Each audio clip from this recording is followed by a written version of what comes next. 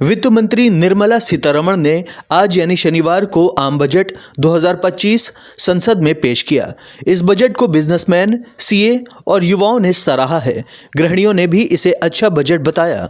लोगों की सुबह से नज़र टीवी सेटों पर थी और जैसे ही बजट आया और इनकम टैक्स के लिए 12 लाख का स्लैब मिला, व्यापारी और आम लोगों ने तालियों से इसका स्वागत किया। उत्तर प्रदेश आदर्श व्यापार मंडल के अध्यक्ष संजय गुप्ता ने बताया कि बजट जब आता है तो मिडिल क्लास और सबकी निगाह टैक्स स्लैब पर रहती है। अब की सबसे लास्ट में उन्होंने उसी पर बात की।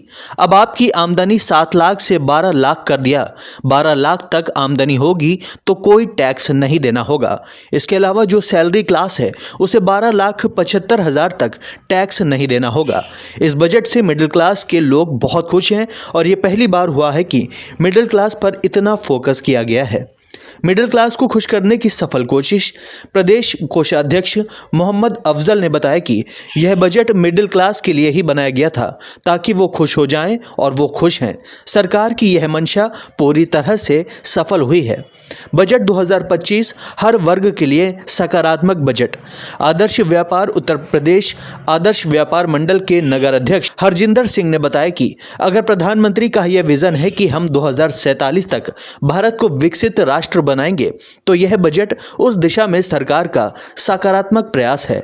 यह बजट गरीब, युवाओं, किसानों सबके लिए लाभदायक बजट तो है ही, लेकिन इसमें हर वर्ग का ध्यान भी रखा गया है।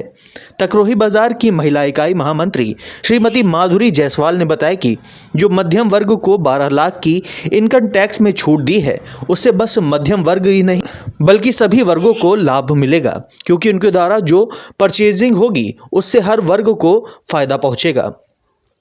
वहीं भाजपा महिला मोर्चा अध्यक्ष सीता नेगी ने कहा कि सरकार धार्मिक डेस्टिनेशन बढ़ाने पर भी इस बजट में बात कर रही है। इसके अलावा ज़्यादा से ज़्यादा शहरों को एयर कनेक्टिविटी से जोड़ने पर जोर दे रही है। एआई का समय है और सरकार ने इसके लिए 500 करोड़ का बजट दिया है। सरकार टेक्नोलॉजी पर कार्य कर रही है। कुल मिलाकर यह बजट सकारात्मक बजट है। दिल खोलकर सभी वर्ग के लिए दिया गया बजट है। वहीं इंदिरानगर के पार्षद अशोक उपाध्याय ने बोला कि आज बजट में जो अनुमान था, सरकार और वित्त मंत्री ने दिल खोलकर हर वर्ग यानी युवा, नारी, एमएसएमई हो, किसान हो, सभी के लिए जो विकसित भारत का देश का लक्ष्य है उस दिशा में ही देखकर बनाया गया है। आज इनकम टैक्स में जिस तरह की छूट दी गई है, हम लोग मध्यम वर्ग के लिए अपेक्षा करते हैं। उन्होंने एमएसएमई में बहुत छूट दी, क्रेडिट कार्ड सीमा डबल कर दी। हर प्रकार से विकासोन्मुख बजट है।